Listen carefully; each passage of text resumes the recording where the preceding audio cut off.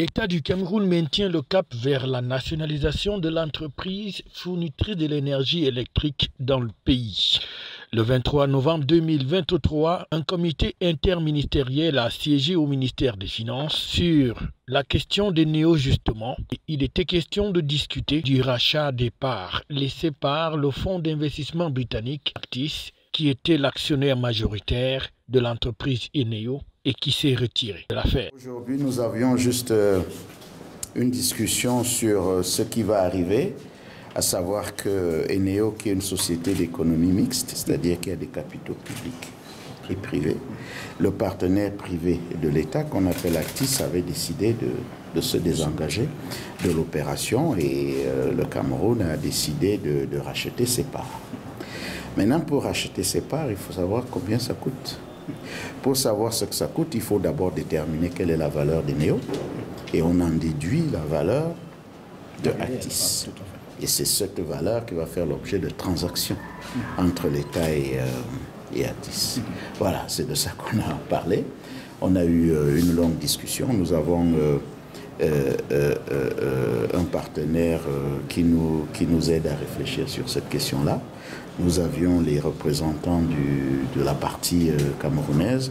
On s'est entendu sur un certain nombre de choses et on a donné des orientations à ce que nous avons désigné comme nos négociateurs pour entrer en contact avec Actis et lancer officiellement la négociation. 51% des actifs de Actis doivent donc être rachetés par l'État du Cameroun et pour cela, il fallait évaluer et connaître la valeur exacte de ces actifs. Et les négociations qui sont déjà en cours vont donc ainsi permettre à l'État du Cameroun de pouvoir acquérir ses parts de Actis pour en devenir l'actionnaire majoritaire. On peut commencer cet après-midi, mais nous allons d'abord écrire à Actis pour lui proposer un certain nombre de choses et Actis va nous répondre et puis comment est-ce que ça va se faire, est-ce qu'ils vont venir, est-ce que ce sera en visio, est-ce que ça c'est des modalités pratiques.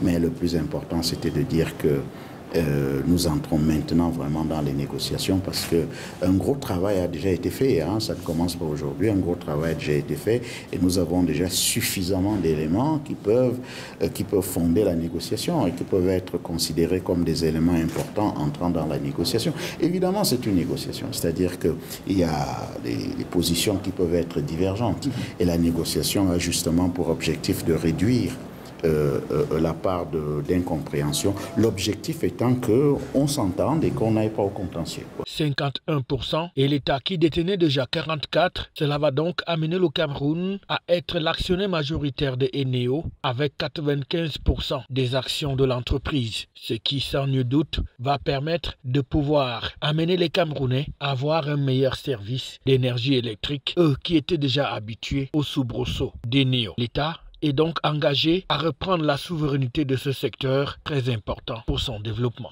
FH News, votre télévision.